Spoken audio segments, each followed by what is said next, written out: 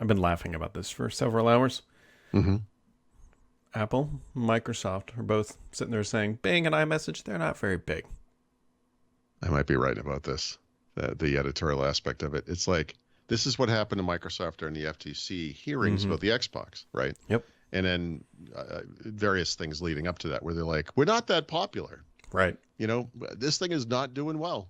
Like that, watching a big tech get on its knees and just say, I know we've been marketing the hell out of this thing. We act like it's the be all end all. The truth is nobody uses it.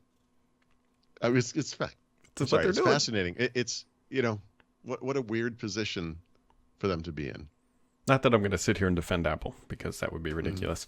It is true, though, that iMessage is way more popular in the US than it is in the EU. Well, That it's is- also true we don't know any numbers on any of this But stuff, we do right? not know what is an unpopular messaging app in EU, like volume. We Yeah, don't- I so have no let's. idea. How many people do you think use iPhones in the whole world? Right. I mean, Billion? that's- No, how many? I mean, in the world. It's over a billion. Okay, let's call it a billion. Just make it an easy number.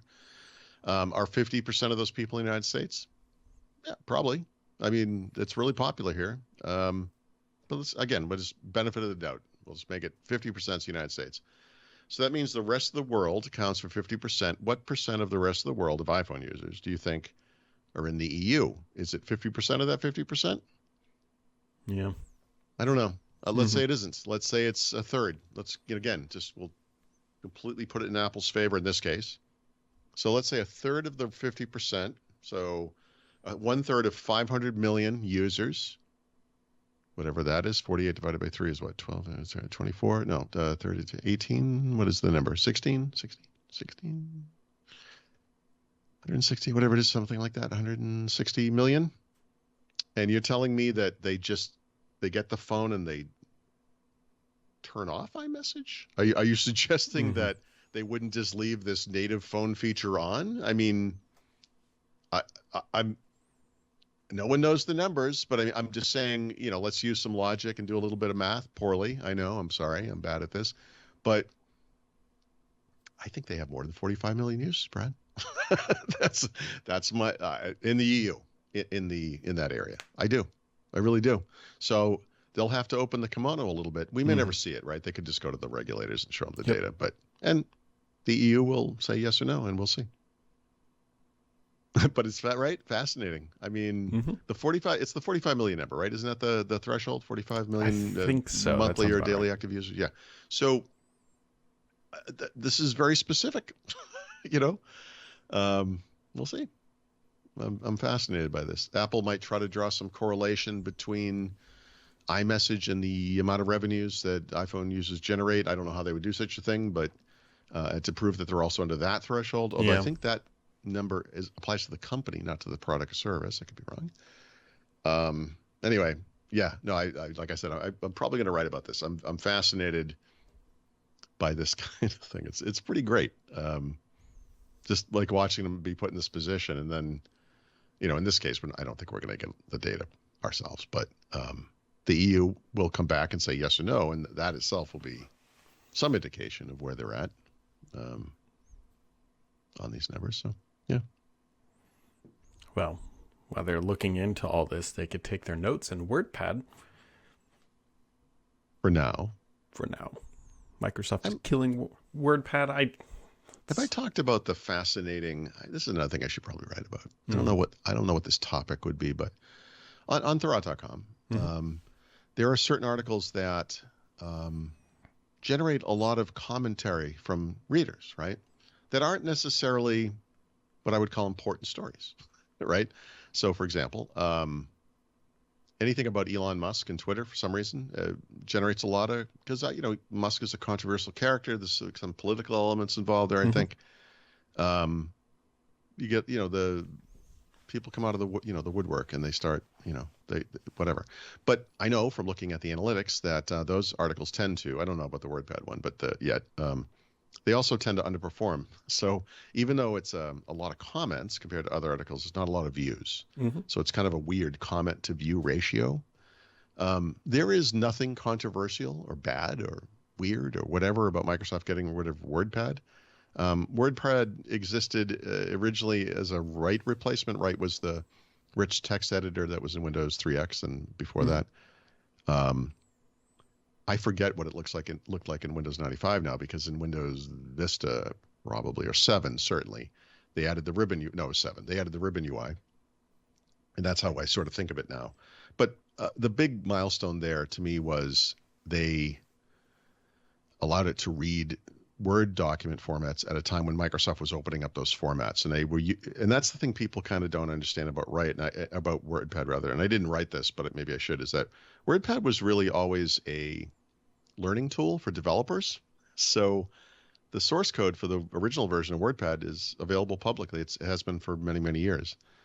When they did the ribbon UI, they were eating their own dog food and saying, look, this is how you can do this yourself. You can make your app look at the time modern. When they added the Word document format, it was like, look, this document format is open. Anyone can do it. Look, we did it in our app that nobody uses. And that thing, I'd have to that thing at this moment has 49 comments. And it's just like technical people kind of going to town on a topic that frankly doesn't warrant a lot of discussion. But there are people in there talking about how supposedly it's really good at fixing corrupted Word documents, whatever the hell that means. I just spent the past month and a half archiving my old documents from a million years ago, and I've opened tons of them, and they all work fine. So I don't know how things get corrupted, I guess. But the notion that Word is somehow a WordPad is I don't know what you call it, like a toolkit, utility to have for very specific part of purpose. Racinovich's cisternal stuff, right? Yeah, exactly. It's just sort of laughable, but people swear by that, so whatever. But I don't know what you call this. It's a weird thing that it's something I know about now that I'm kind of running the site, and I say kind of because my wife is doing it. But that you can see, because you would look at the site and think, wow, that's a really popular article, and it probably isn't. I don't have the metrics on that, but it's just that it's garnered a kind of an incommensurate number of comments. I don't know why. Yeah, it's a part of Windows lore history, if you will. Right. That's really it is, but rich text as a format is like, yeah. I mean, if you're familiar with the Mac, by the way, TextEdit is an app that comes with the Mac, always has forever. Probably dates back to pre-Mac Unix days or something, or Next Step or whatever. But it is a rich and plain text editor. In fact, the default format for that thing is rich text, and you can make a pretty good argument that maybe Microsoft should just add rich text support to Notepad and call it a day. I thought about doing that for my Notepad alternative, right? The .NET Pad thing I created in various ways. And I just didn't see the value in it. I don't think there's a lot of value in rich text, especially in an age of Markdown. And I was going to say Markdown would be the editor that would... The plain text being the past and the future, right? And the right way to go forward and the right format for things that you want to be able to open in a million years and not have to worry about it. Yep.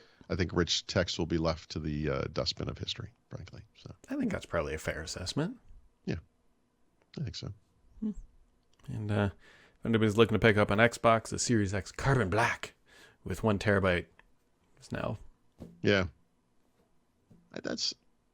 I may go back to using the Xbox Series S at some point, and I have to say the one thing I could really use, because the graphical stuff doesn't bug me. No, it's just the storage. That's the biggest limit. The storage, yeah. Storage is an issue. The games are big. How big is Starfield? Did you install it on your Xbox? Oh yeah. On my Series S, it's a Call of Duty and Starfield box because that's all that it fits. Here you go. It's right? over 100 You're not really gigs. exaggerating there. I mean, these are. I think big it's like games. 128 or something. It's a big game. That's definitely a Call of Duty size. Call of Duty's probably bigger. I bet Call of Duty's 150 plus now. I haven't looked at it in a while. But Well, the latest Call of Duty update for Warzone was like 80 gigs. it's the update. Yeah. But speculative minds believe that potentially it might have the Call of Duty Modern Warfare 3 beta multiplayer stuff in there, because usually their patches are like 7 to 10 gigs, something like that, and then they drop a 10x size one. I wonder if they will kind of support the dual usage that will occur with the new Call of Duty, which is that some people just install this thing fresh and that's all they have.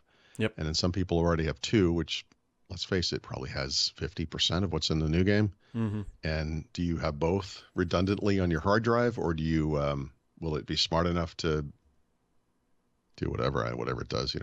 Support both. I don't know. But no one knows. I guess we'll see. But be nice if you could, if you could avoid that little problem, right?